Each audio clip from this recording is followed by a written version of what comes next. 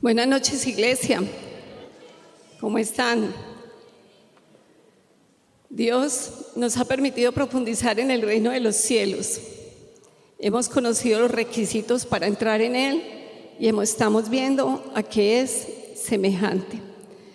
Ese reino está preparado para nosotros, los hijos de Dios, desde la fundación del mundo. Y antes de empezar, quiero que le hagamos el seguimiento a la matica. Mírenla, ahí la tienen, para que vean cómo va creciendo.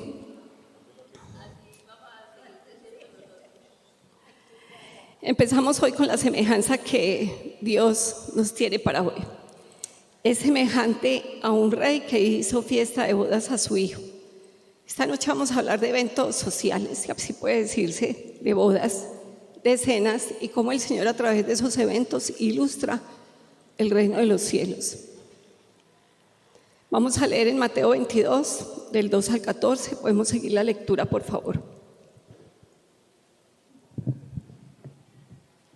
Respondiendo Jesús, les volvió a hablar en parábolas diciendo: El reino de los cielos es semejante a un rey que hizo fiesta de bodas a su hijo, y envió a sus siervos a llamar a los convidados a las bodas, mas estos no quisieron venir. Volvió a enviar otros siervos diciendo: Decid a los convidados: He aquí he preparado mi comida, mis toros y animales engordados han sido muertos y todo está dispuesto, venid a las bodas. Mas ellos, sin hacer caso, se fueron, uno a su labranza y otro a sus negocios, y otros, tomando a los siervos, los afrentaron y los mataron. Al oírlo el rey se enojó, y enviando sus ejércitos destruyó a aquellos homicidas y quemó su ciudad. Entonces dijo a sus siervos: Las bodas a la verdad están preparadas, mas los que fueron convidados no eran dignos. Id pues a las salidas de los caminos y llamad a las bodas a cuantos halléis. Y saliendo los siervos por los caminos, juntaron a todos los que hallaron, juntamente malos y buenos, y las bodas fueron llenas de convidados. Y entró el rey para ver a los convidados y vio allí a un hombre que no estaba vestido de boda. Y le dijo: Amigo, ¿cómo entraste aquí sin estar vestido de boda? Mas él enmudeció. Entonces el rey dijo a los que servían: Atadle de pies y manos y echadle en las tinieblas de afuera. Allí será el lloro y el crujir de dientes, porque muchos son llamados y pocos escogidos. Jesús tomó la palabra y empezó a hablar por parábolas. Recordemos que son verdades celestiales o espirituales que Dios nos ilustra a través de cosas naturales. Vamos a desglosar la parábola. El reino de los cielos es semejante, dile al que está a tu lado, es semejante a un rey que hizo fiesta de bodas a su hijo. ¡Qué claridad! El reino de los cielos explicado con una semejanza acerca de un rey. Ese rey quería celebrar las bodas de su hijo. Para los reyes, sus hijos tienen un valor no solo relacionado con el amor que les tienen como familia, sino que para un rey, un hijo representa la estabilidad del reino, porque es una extensión de sí mismo, de sus valores y de su visión para el reino. Entendiendo esto, podemos imaginarnos la profunda importancia y alegría que podía sentir ese rey al celebrar la boda de su hijo, y también podemos ir calculando también la profunda molestia que le causó ver la displicencia y grosería de los invitados. Las bodas reales, no solo en la antigüedad, sino que también conocemos muchas monarquías que todavía están vigentes, son eventos majestuosos. Estos matrimonios generalmente son oficiados en lugares muy hermosos, ceremonias sagradas. Los festejos duran varios días, incluyen banquetes lujosos con alimentos exóticos, entretenimiento variado, todo tipo de música, reflejando la riqueza y el poder de las familias involucradas. ¿Alguna vez hemos visto un festejo de eso de las monarquías? ¿Sí? ¿Solo yo? Los novios y la corte vestían trajes adornados con materiales y joyas costosas, mientras que el protocolo detallado aseguraba que cada miembro de la nobleza y los dignatarios extranjeros se comportaran acorde con ese estatus. Y continúa, y envió a sus siervos a llamar a los convidados a las bodas, mas estos no quisieron venir. Dígale al que está a su lado, no quisieron venir. Volvió a enviar otros siervos diciendo, decida a los convidados, he aquí, he preparado mi comida, mis toros y animales engordados han sido muertos y todo está dispuesto, venid a las bodas. Mas ellos, sin hacer caso, se fueron, uno a su labranza y otro a sus negocios. Claro que el rey envió a sus siervos a llamar a los convidados para tan especial evento. Según los usos y costumbres de las tierras bíblicas, la costumbre es hacer una doble invitación. Era común en algunas culturas orientales en enviar primero una invitación anticipada, notificando a los invitados sobre la fecha y lugar del evento. Y días antes de la celebración, cuando ya todo estaba listo, un sirviente volvía a visitar a los invitados para avisarles que era hora de asistir. En los tiempos bíblicos, este sistema de doble invitación simboliza la importancia de los preparativos y de honrar a los invitados, que no debían presentarse hasta recibir esa segunda confirmación. Como cuando a alguien le dice, me voy a casar, entonces usted queda con la duda, ¿será que estoy invitado o no? ¿Cuándo usted sabe que fue invitado? Cuando le llega la invitación. Los sirvientes son enviados nuevamente a los invitados para confirmarles que la fiesta ya está lista. Esto aseguraba la puntualidad y el respeto hacia el anfitrión, al permitirle prepararse adecuadamente para recibir a sus invitados importantes y evitar imprevistos. Pero en esa parábola, esos convidados no quisieron ir. Sin embargo, el rey insistió y aún así, sin hacer caso, de manera despectiva, se fueron. No prestaron atención a la invitación. Ese rey había preparado comida, había matado a sus toros y animales engordados. Y uno no engorda un animal pues, de un día para otro, sí, iglesia. O sea, era un festejo que requería preparación. Era una fiesta espléndida, de grandes dimensiones, que requería mucho esfuerzo. Como para que medio dimensionemos, un toro de tamaño medio podría alimentar aproximadamente unas 1000 personas. Y esta parábola habla de varios toros, varios animales y comida diversa.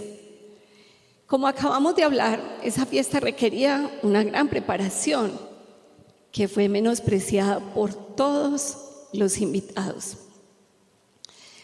Iglesia, si hay gente que se indigna porque no le reciben un tinto, ahora imaginemos rechazar una tremenda fiesta, ese tremendo banquete. Nosotros podemos caer en no dimensionar el trasfondo del asunto. Como hemos dicho muchas veces, en nuestra cultura occidental se desconoce lo que es hacer parte de un reino, tener un rey y ser súbdito de ese rey, porque no conocemos la monarquía y menos el valor de esa monarquía en la antigüedad y en la actualidad. Sin embargo, pongámonos en contexto. Vivir en una monarquía como súbdito significa formar parte de la sociedad, donde el poder y la autoridad se concentran en la figura del monarca y de su familia, es decir, el rey y su familia. Todavía hay varias monarquías en el mundo. La vida cotidiana está influenciada por leyes, costumbres y normas dictadas o aprobadas por el rey, quien representa la unidad y estabilidad del reino. Los súbditos suelen tener una relación de lealtad hacia el rey y muchas veces ven en él una figura casi sagrada o paternal. El bienestar de los súbditos está ligado a la sabiduría y benevolencia del rey. En otras palabras, dependen totalmente del rey. Entonces, con esto en mente, pensemos en el gran privilegio como súbdito de atender a esta maravillosa invitación, de ir a las bodas del hijo del rey. Y lo desquiciado que sería que alguien rechazara esa invitación. Decirle que no al rey era en la mayoría de las monarquías un acto arriesgado y potencialmente mortal, porque el rey era la máxima autoridad y símbolo de la ley y la justicia. Desdeñar su voluntad podía interpretarse como una traición y traer consecuencias inimaginables. Sin embargo, estas personas insensatas, dígale al que está a su lado, estas personas así lo hicieron, rechazaron ir a la fiesta de bodas. Y nuevamente nosotros desconocemos lo que es la fiesta de un rey, pero solo imaginemos músicos, el lugar, un gran banquete, una velada espectacular, una celebración única. Iban a tirar la casa por la ventana. La esplendidez de la boda del heredero de un rey es difícil de describir. A estas personas de la parábola no los estaban invitando a cualquier cosa. Era un festejo muy importante. El solo hecho de estar invitado era un privilegio y ellos dejaron de ir a tremenda celebración simplemente porque no querían. No les importó rechazar a su rey, que era de quien dependían completamente. El rey los estaba invitando a una celebración. La invitación no les implicaba daño alguno. Antes, era un honor poder asistir a la celebración en la que el rey fuera el anfitrión. ¿Se imaginan ese festejo? Uno de ellos rechazó la invitación porque prefería ir a labrar el terreno, que probablemente ese rey le permitía tener. Otro prefería ir a negociar en lugar de ser partícipe de todas las bendiciones que recibiría al celebrar con su rey. Porque qué delicia que a uno lo inviten a un banquete de esos. Como es de rico salir a comer bueno o no. No iban a comer maluco, iban a comer lo mejor de lo mejor, lo más delicioso. Si a uno le dan focaccia, ¿dónde está el que hace la focaccia? Cuando prepara y uno se emociona, ahora imagínense en tremendo banquete. ¡Qué delicia! A sufrir no iban. La invitación era a pasar momentos agradables por la bondad de un rey que quería que todos comieran a su mesa por la celebración de la boda de su hijo. En las monarquías, recibir una invitación del rey es una señal de distinción. Una invitación real era un símbolo de confianza y honor, como en la actualidad. Ser invitado a la corte o a un evento del rey significaba que el monarca reconocía al invitado como alguien digno de su presencia, confiriéndole estatus y legitimidad social frente a los otros invitados. Además, la invitación del rey no era realmente opcional, Rechazarla podía interpretarse como una falta de respeto, como una deslealtad y podría tener consecuencias serias. Dice el versículo 6: y otros, tomando a los siervos, los afrentaron y los mataron. Afrentar es maltratar. Primero los maltrataron y después los mataron. Algunos de esos invitados no solo rechazaron al rey, también mataron a los siervos que les habían entregado la invitación del rey. ¿Cómo les parece? Increíble. Iglesia, nosotros podemos no saber mucho de monarquías, pero sí sabemos acerca de la obediencia y de la autoridad, y que la autoridad se mueve en sentido ascendente y en sentido descendente. Matar a un siervo del rey era como si le hicieran daño al rey mismo, porque era un siervo de él, es un representante del rey. Matar a un siervo del rey era un acto grave, no solo por el valor de la vida humana, sino porque implicaba un ataque directo al monarca y a su autoridad. Los siervos estaban bajo la protección del rey y agredirlos o causarles daño era visto como un desafío al orden y al sistema del rey que él representaba y defendía. Qué ofensa y qué vergüenza con ese rey. Y efectivamente llegaron las consecuencias. Al oírlo, el rey ¿qué? Se enojó y enviando sus ejércitos destruyó a aquellos homicidas y quemó la ciudad. Este versículo es tan corto que puede pasar desapercibido, pero el rey castigó severamente el trato deshonroso que tuvieron esas personas con sus súbditos. Envió sus ejércitos, es decir, tenía soldados, y destruyó a aquellos homicidas y quemó su ciudad. La ciudad en donde habían preferido quedarse antes de ir a celebrar con el rey las bodas de su hijo. Esta ciudad había quedado en ruinas y sus vidas fueron destruidas. En la antigüedad, quemar una ciudad era un acto de destrucción completa que representaba la dominación de toda la población. Este acto de incendiar la ciudad, además de devastar su infraestructura y recursos, sus activos les aseguraba que no se iban a reagrupar en el mismo lugar. La quema de una ciudad también tenía un efecto psicológico. Era un mensaje claro e intimidante a otras ciudades y pueblos, mostrando el alcance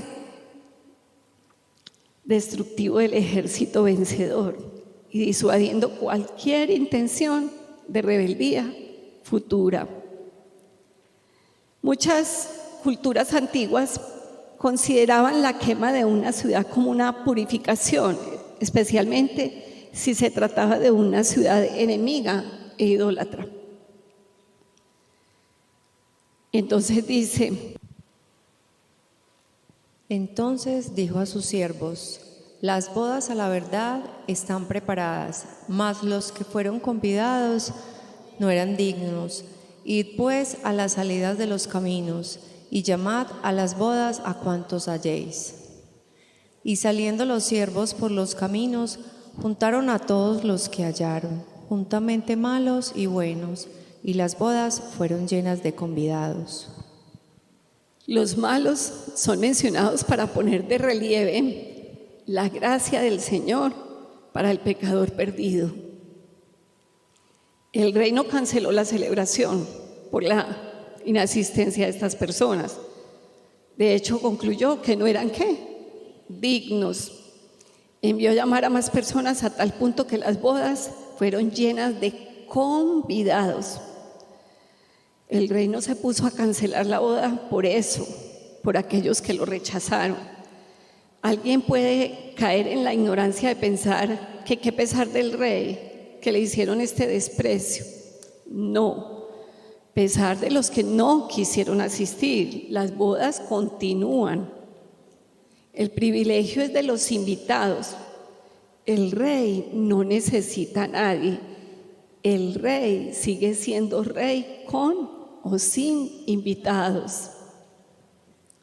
Su invitación era una extensión de su misericordia.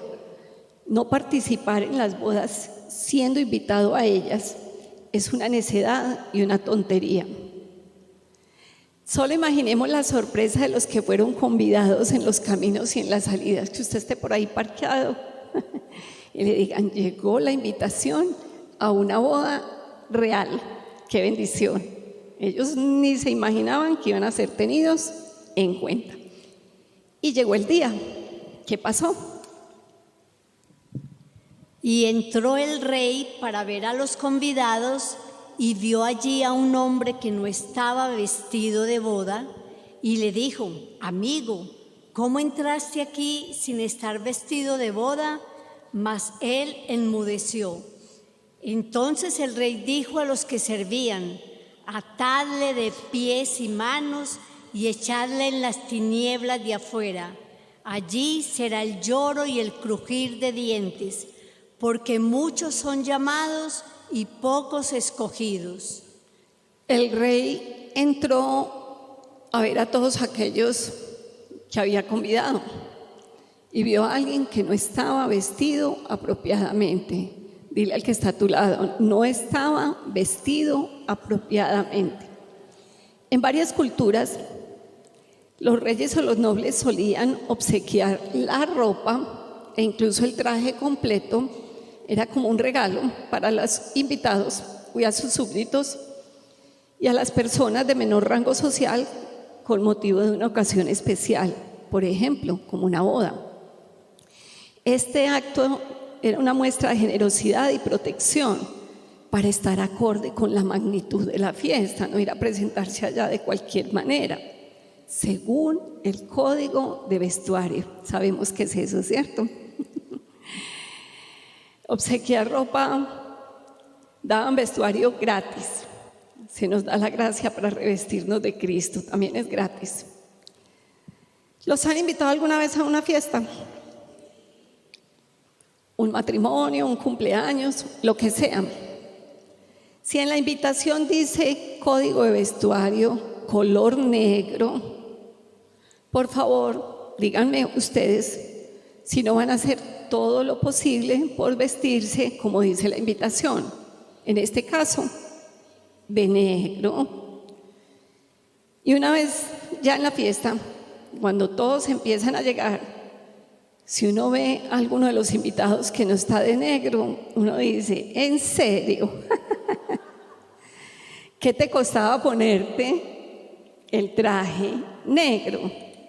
Bueno, en esta boda real de la que estamos hablando, los invitados tenían un código de vestuario. No debían ir como querían, sino como el monarca había dispuesto. En el caso de los romanos, por ejemplo, se ofrecían prendas en ceremonias matrimoniales como túnicas y velos para la ocasión. Había que estar vestido de acuerdo para no desentonar, como dicen por ahí. No presentarse con el vestuario requerido en un banquete o un evento era una falta de respeto hacia el anfitrión y a sus normas. Y era visto como un desprecio directo a la importancia de la ocasión y a quienes la organizaban. El vestuario en eventos formales tenía un significado simbólico, reflejando tanto el respeto hacia el anfitrión como a la disposición del invitado a integrarse en esa celebración. En esta boda que nos ocupa hoy, había un hombre que no llevaba el vestuario adecuado. Dile al que está a tu lado, no llevaba el vestuario adecuado. No respetó el código de vestuario. Tal vez le llegó la prenda y dijo, ay, yo no me voy a poner eso, yo me voy a ir con lo que yo quiera. Vamos a ver. Y atado de pies y manos fue echado a las tinieblas de afuera. En la boda, la que estamos hablando, los banquetes solían realizarse por la noche en habitaciones muy iluminadas, simbolizando la celebración y el honor. ¿Estamos claros, cierto? Jesús usa esta expresión para describir un castigo terrible, porque iba a ser echado ¿cuándo? Afuera.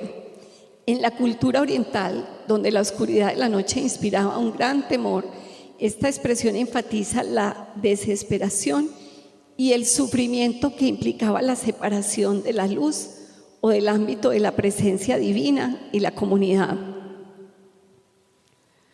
Muy bien, iglesia, el reino de los cielos es semejante a un rey que hizo fiesta de bodas. ¿A quién? A su hijo. Entonces, ¿qué quiere decir esta parábola?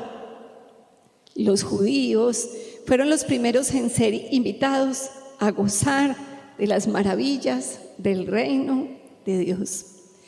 Tenían la preciosa invitación del Padre de recibir al Mesías, el Señor Jesús.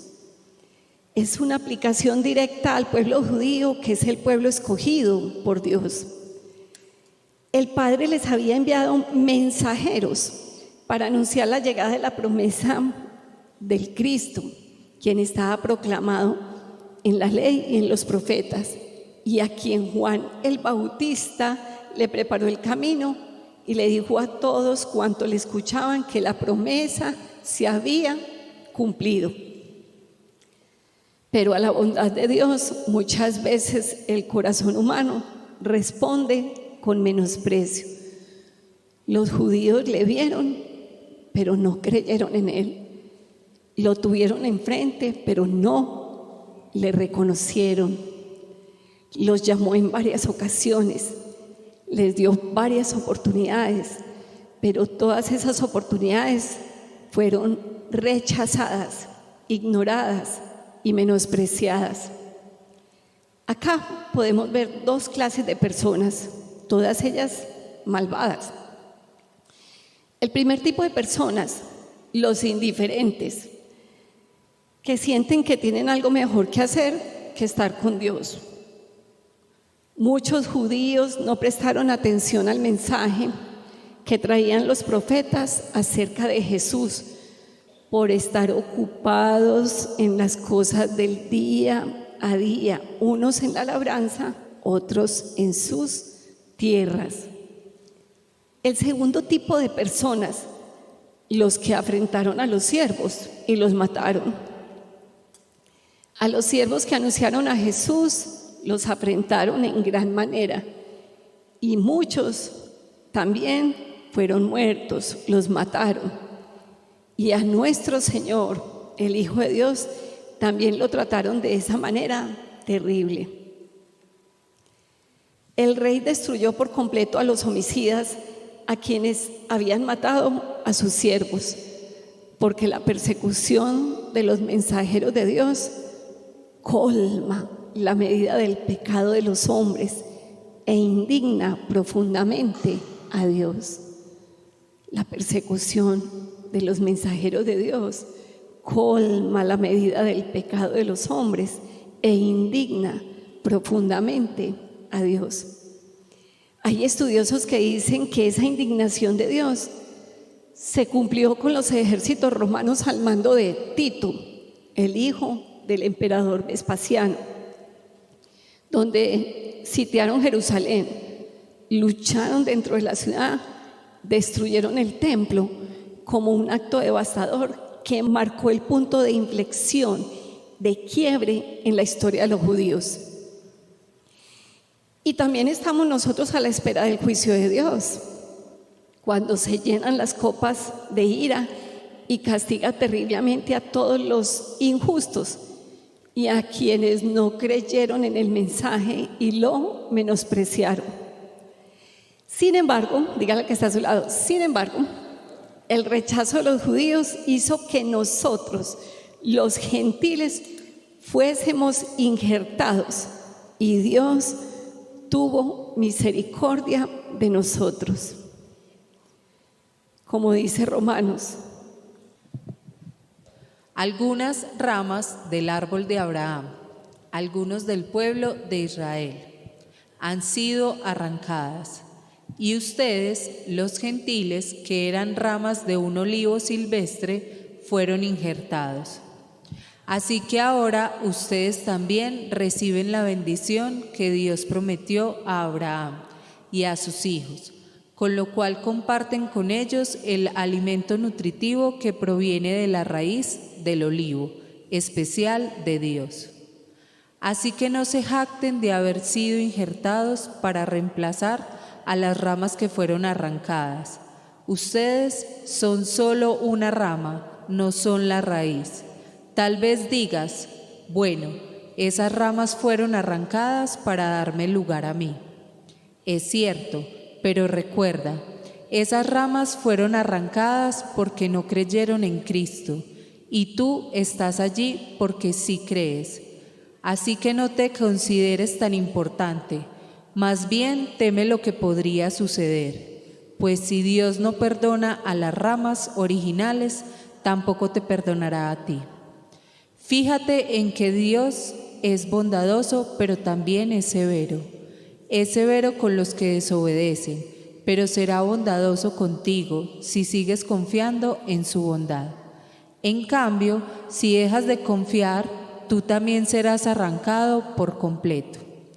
Y si el pueblo de Israel abandona su incredulidad, volverá a ser injertado, pues Dios tiene poder para volver a injertarlo en el árbol. Tú, por naturaleza, eras una rama cortada de un olivo silvestre. Por lo tanto, si Dios estuvo dispuesto a ir en contra de la naturaleza al injertarte en un árbol cultivado, Él estará mucho más dispuesto a injertar las ramas originales en el árbol al que pertenece. Los judíos se hicieron indignos, como dice la palabra de Dios, de haber recibido el mensaje del Evangelio del Reino. A su misma actitud de rechazo se debe el hecho de que fueran descartados. Lo acabamos de leer, ¿o no? Pero de ninguna manera, dígale que está a su lado, de ninguna manera nosotros debemos menospreciar al pueblo escogido por Dios, que son ¿quiénes? Los judíos, sino anhelar que ellos también reciban este maravilloso mensaje de salvación, amor y eternidad, porque ahí mismo leímos en el texto, Dios no tiene ningún problema en volverlos ¿a qué? A injertar. El mensaje del reino nos buscó a nosotros los gentiles y nos reunió en el reino de Dios. Tanto malos como buenos fuimos llamados y recibidos por Dios, porque los sanos no tienen necesidad de médico, sino quienes los enfermos. Y Dios vino a sanarnos.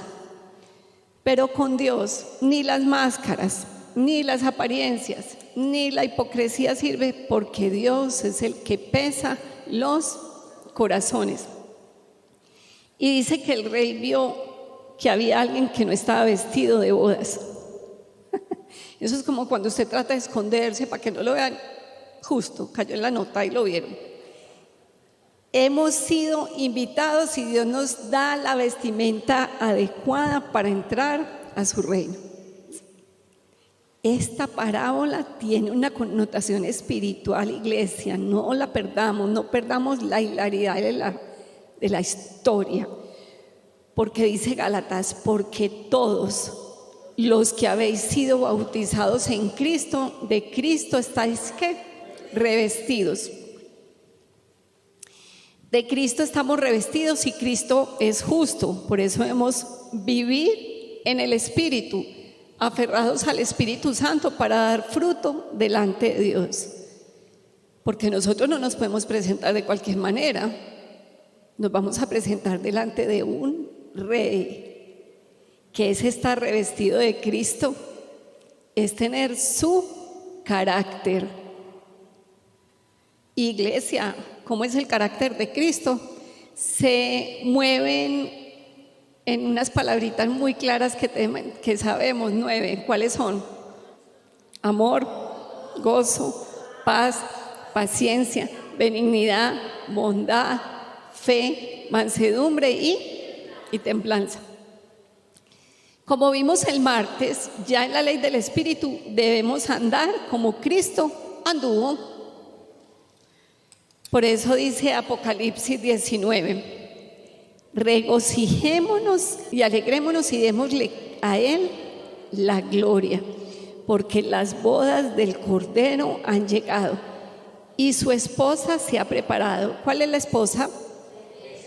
La iglesia. Y a ella se le ha concedido vestirse ¿de qué? De lino fino, resplandeciente y limpio, porque las acciones justas de los santos son ¿qué? El lino fino. ¿Vieron? Un código de vestuario. En este caso no estamos hablando de vestidos ni de ropa. Se habla de lino fino y la misma palabra dice explícitamente que es el lino fino. El vestido de lino fino, resplandeciente y limpio son, vamos a decirlo duro, son las acciones justas de los santos. Volvamos a la semejanza del día de hoy por un momento. Imaginen el desconcierto de ese hombre cuando fue exhortado por el rey. No era que estuviera desnudo, no. Estaba vestido o de ropa desgastada o fea. Era que no estaba vestido de bodas. No se puso el traje que se tenía que poner, que el rey le había otorgado para asistir ante su presencia. Este hombre no pudo pronunciar palabra alguna. Hay quienes dicen que esa actitud podía reflejar su propia conciencia, que le hizo saber que no había cumplido con lo que el Señor había demandado de él. Es que era sencillo, una palabrita de la que le hemos hecho mucho énfasis: obedecer, obediencia. Este hombre sabía que no se había vestido apropiadamente. También hay quienes dicen que este hombre representaba a aquellos que prefieren su propia justicia a la provista por Cristo. Dígale al que está a su lado: ay, ay, ay. Si uno recibe una invitación y el obsequio de portar el atuendo que debe llevar en la fiesta, ¿qué es lo correcto, iglesia? Utilizarlo. Así usted diga: no, a ver, como gorda. No, esto está con muchos trapos. Estos son como muchos trapos. No, esto no es como mi estilo. Le tocó. Volviendo a nosotros, Dios tuvo compasión de nosotros y nos invitó y nos dio la provisión de la vestidura adecuada. El utilizarla y asistir a la celebración depende de cada uno de nosotros. La salvación es por gracia, pero demanda de nosotros una vida que agrade ¿a quién? A Cristo. Recordemos que sin santidad nadie ¿qué? Verá a Dios. Sin Cristo no hay motivo de invitación. Su gracia es necesaria para entrar en el mismo lugar al reino de Dios. Solo Cristo nos da el camino ¿a quién? Al Padre, no por obras, sino por la infinita misericordia de Dios, y Él nos santifica. Dice Efesios: y vestidos del nuevo hombre, creado según Dios en la justicia y la santidad de la verdad. Leámoslo nuevamente: y vestidos del nuevo hombre, creado según Dios en la justicia y la santidad de la verdad. Es necesario vestirnos del nuevo hombre que ha sido creado según Dios en justicia y santidad de la verdad de Cristo Jesús. Ahora, volviendo al hombre que no estaba vestido correctamente, fue atado de manos y pies y fue echado a las tinieblas de afuera. Fue tratado como los criminales cuando son hallados culpables. Atado de pies y manos, hacía que no pudiera resistirse a la sentencia y tampoco podía escapar de ella. Fue echado a las tinieblas de afuera y allí será el lloro y el crujir de dientes. Qué espantoso lugar. Y la parábola termina diciendo, porque muchos son llamados y pocos escogidos. Muchos son los llamados, pero pocos los escogidos. Tremendo, iglesia. El Señor en todas las épocas, en todas las generaciones, ha extendido su mano de misericordia a todos los hombres sobre la faz de la tierra, porque Él no quiere que ninguno se pierda.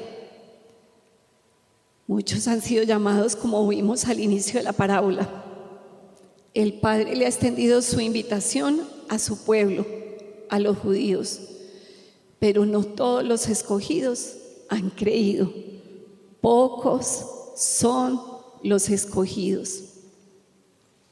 Muy bien. Ahora, ¿a qué más es semejante el reino de Dios? Vimos la primera, les dije que era una boda. Ahora vamos a hablar de otra semejanza. Lucas 14, del 15 al 24. Oyendo esto, uno de los que estaban sentados con él a la mesa le dijo: bienaventurado el que coma pan en el reino de Dios. Entonces Jesús le dijo: un hombre hizo una gran cena y convidó a muchos. Y a la hora de la cena envió a su siervo a decir a los convidados: venid, que ya todo está preparado. Y todos a una comenzaron a excusarse. El primero dijo: he comprado una hacienda y necesito ir a verla. Te ruego que me excuses. Otro dijo: he comprado 5 yuntas de bueyes y voy a probarlos. Te ruego que me excuses. Y otro dijo: acabo de casarme y por tanto no puedo ir. Vuelto el siervo, hizo saber estas cosas a su señor.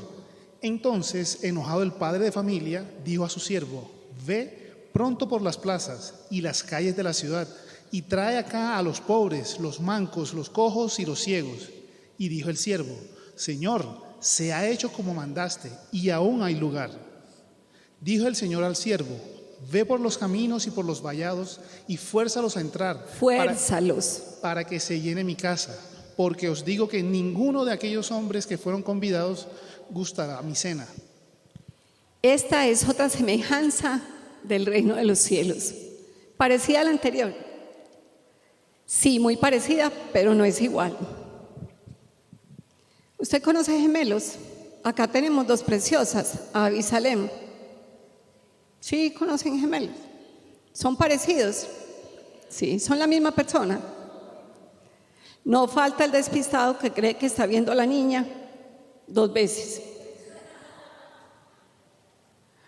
Son 2 iglesias, 2 parábolas distintas. Estas parábolas son parecidas, pero no son la misma. Quiero recordarles que el objetivo del Evangelio es juntar, reunir a los hijos de Dios dispersos y juntarlos para que asistamos a un banquete de bodas, a los privilegios de un nuevo pacto. Y todo pacto se sellaba con una comida. Por eso ilustra esta parábola con una cena. En ambas hay una celebración. En ambas los invitados no asisten por diferentes motivos y en ambas los siervos salen a buscar más personas para que asistan, ¿cierto? Pero como dice el comentario bíblico Beacon, las diferencias pesan más que las semejanzas entre estas 2 parábolas. En Mateo, la primera que vimos, habla de un rey que hizo una fiesta de bodas. ¿A quién? A su hijo. En Lucas habla de un hombre que hizo una gran cena. En Mateo no quisieron asistir, en la otra no asistieron, pero se excusaron. La muerte de los siervos y la destrucción de la ciudad y de los homicidas aparece en Mateo, no en Lucas. También los estudiosos comentan que la geografía y las circunstancias de la narrativa son diferentes. La de Mateo es en Jerusalén. En la de Lucas estaban en Perea, en la casa del principal de los fariseos, donde Jesús había sido invitado. Son eventos diferentes. Como dije hace un momento, esas parábolas son parecidas, pero no son la misma. Vamos a desglosar la de Lucas. Oyendo esto, uno de los que estaban sentados con él a la mesa le dijo: bienaventurado el que coma pan, ¿en dónde? En el reino de Dios. Entonces Jesús le dijo: un hombre hizo una gran fiesta y convidó a pocos, a muchos. Uno de los que estaba sentado a la mesa exclamó: bienaventurado el que coma pan en el reino de Dios. ¿Y cómo no, si el Señor acaba de decirlo? Y dice: mas cuando hagas banquete, llama a los pobres, los mancos, los cojos y los ciegos, y serás bienaventurado, porque ellos no te pueden recompensar, pero te será recompensado en la resurrección ¿de quién? De los justos. Estas promesas producen en los que la leemos y escuchamos un profundo anhelo de participar de ellas. Dice el comentario que si el hombre que hizo este comentario, esta afirmación, era fariseo, era probablemente que estuviera pensando que los que comerían pan en el reino de Dios serían solamente ¿quiénes? Los judíos. Y esa probabilidad parece obtener una tajante respuesta, porque esta parábola condena la actitud del exclusivismo, donde se pensaba que los gentiles, nosotros, no tendríamos participación en estas promesas. Entonces Jesús le dijo: un hombre hizo una gran cena y convidó ¿a cuántos? A muchos. Jesús, para responderle a la bienaventuranza de comer pan en el reino de los cielos, habló de una gran cena. Era una excelente semejanza, fácil de entender para los judíos de gran renombre, porque ellos podían hacer grandes cenas, grandes banquetes con muchos invitados. Que Jesús comenzara a hablar de esta semejanza era afirmar lo que había dicho la persona, es decir, sí, es bienaventurado el que coma pan, ¿en dónde? En el reino de Dios. Volvámoslo a decir, sí, es bienaventurado el que coma pan en el reino de Dios. De hecho, pienso que el simplemente hecho de estar ahí en el reino ya era un gran privilegio. Los expertos han escrito, recordemos que un experto es una persona experimentada en algo. Parece como si Jesús respondiera al que le había pronunciado la exclamación, bien dicho. Pero ¿quiénes gozarán de ese privilegio? Vosotros, los judíos, lo rechazáis, así que los gentiles se van a llevar en él la mejor parte. Siguiendo la parábola, este hombre había preparado un gran banquete y había invitado a muchos.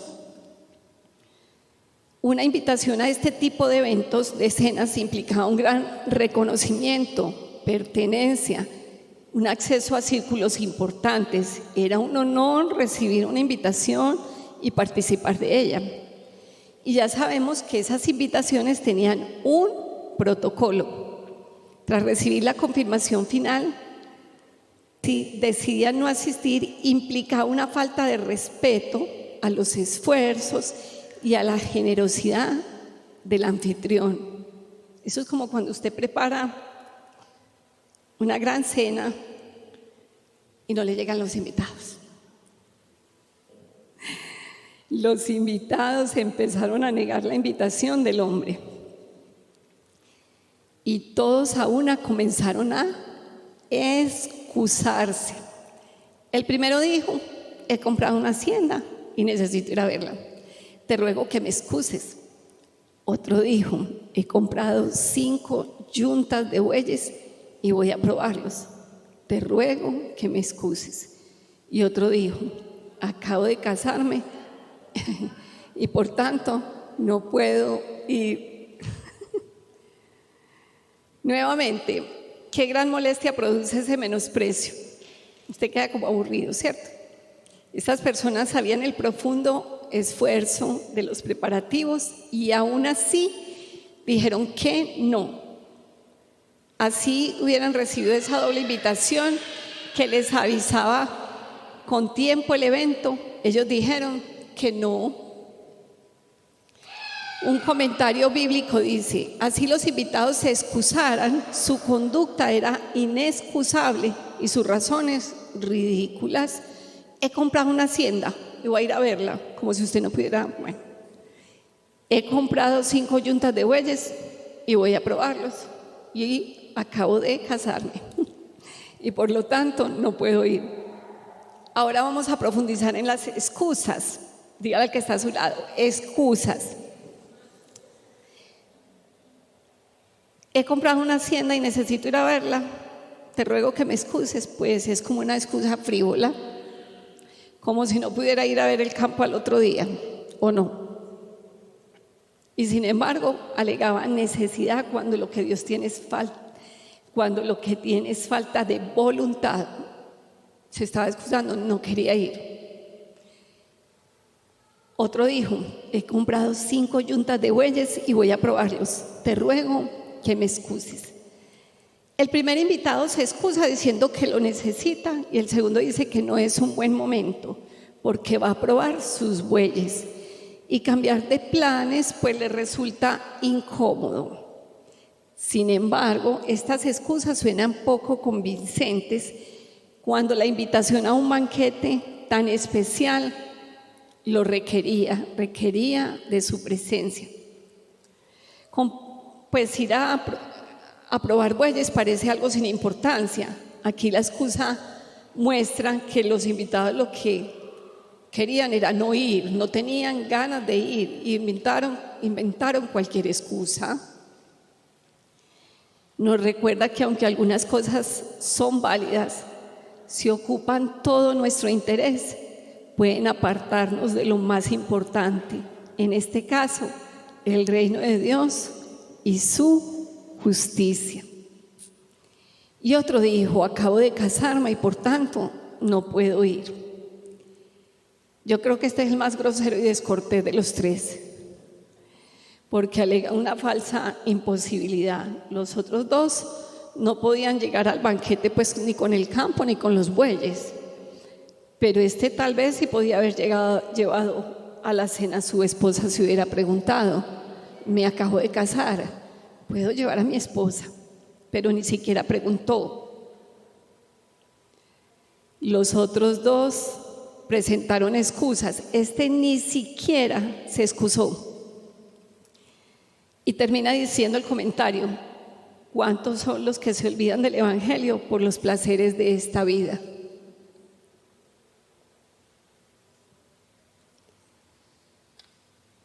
Vuelto el siervo, hizo saber estas cosas a su señor. Entonces, enojado el padre de familia, dijo a su siervo, ve pronto por las plazas y las calles de la ciudad y trae acá a los pobres, los mancos, los cojos y los ciegos. Ante tal menosprecio, mandó a llamar a todos cuantos se pudieran, no solo ricos, sino pobres, mancos, cojos, ciegos. Estas personas en aquella época eran profundamente despreciadas por la sociedad. Y dijo el siervo, Señor, se ha hecho como mandaste y aún hay lugar. Dijo el Señor al siervo, ve por los caminos y por los vallados y fuérzalos, dile al que está a tu lado, oblígalos a entrar para que se llene mi casa. Porque os digo que ninguno de aquellos hombres que fueron convidados gustará mi cena. Hizo que las personas fueran a la fuerza a un evento que era extremadamente beneficioso para ellos, porque los invitados iniciales lo habían rechazado, ya no iban a asistir a su cena. Iglesia, el reino de los cielos es semejante a un hombre que hizo una gran cena y convidó a muchos. Apliquémoslo a nosotros. ¿Cuál es la verdad espiritual? Vemos que muchos de los judíos no aceptaron la invitación. Dice que es particular que todos los invitados de manera unánime dijeran que no, que sus excusas eran ineficaces y sin sentido y que la verdadera razón era que no querían ir. La nación judía, a la llamada del Evangelio del Reino, no lo aceptó. Entonces nos invitaron a nosotros. Y con esa invitación estamos siendo beneficiados nosotros los gentiles. Gloria a Dios por eso. Aquellos que somos despreciados por los hombres, fuimos invitados y recibidos por Dios. Es Dios quien por la obra reveladora del Espíritu Santo nos permite creer en su Hijo, Jesucristo. Y dijo el padre de familia: porque os digo que ninguno de aquellos hombres que fue convidado gustará mi cena. El insulto de los invitados que no asistieron provocó en el padre de familia tal indignación que los excluyó. Por eso mandó a sus siervos a buscar a toda la gente que se les encontrara en el camino. Jesús, al invitarnos a la cena del reino de los cielos, invita a todos. Pero son los hombres los que no quieren venir a Él para tener vida eterna. Iglesia, la verdad es que estas parábolas nos relatan mucho acerca del pueblo judío y de nosotros, los gentiles. Tengamos en cuenta algo: la salvación de nosotros los gentiles estaba dispuesta y decretada por Dios desde la fundación del mundo. Ya nos había incluido porque Él es omnisciente, omnipresente, todopoderoso. Él sabía que eso iba a pasar. Y estamos viendo cómo fue abierta esa puerta para nosotros. Dígale al que está a su lado: para nosotros.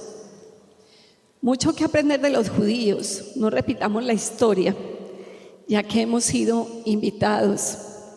No menospreciemos tal invitación al reino de los cielos. Y por favor, vayámonos vestidos de acuerdo con el código de vestuario del reino. Vamos a estar sobre nuestros pies. Voy a pedirte que inclines tu rostro. Te pregunto, ¿estás atendiendo el llamado del Rey?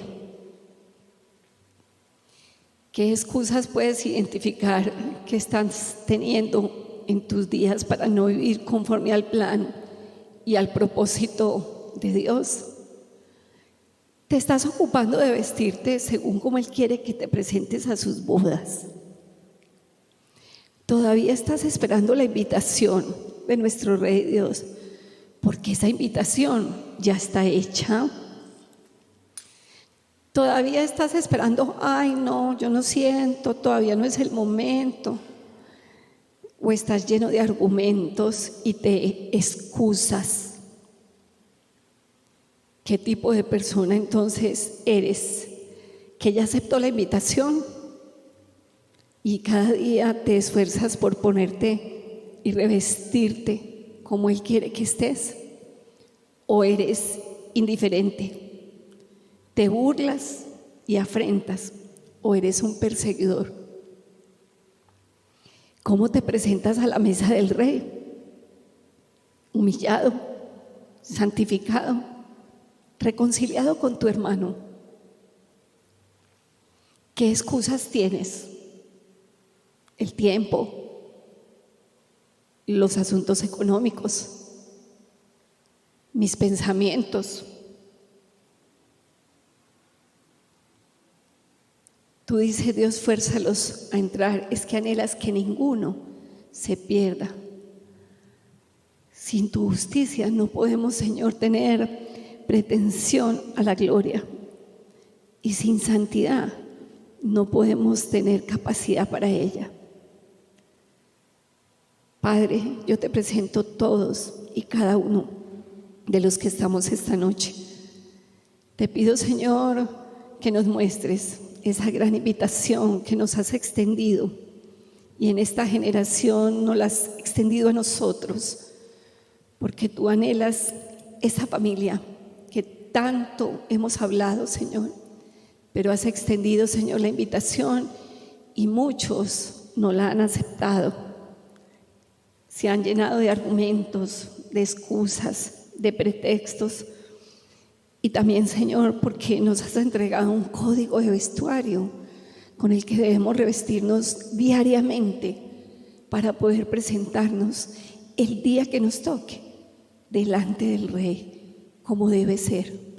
Te doy gracias, Señor, porque a través de tu Espíritu Santo nos muestras y nos enseñas de manera sencilla cómo es el reino de los cielos. Los bendigo en el nombre de Jesús. Amén.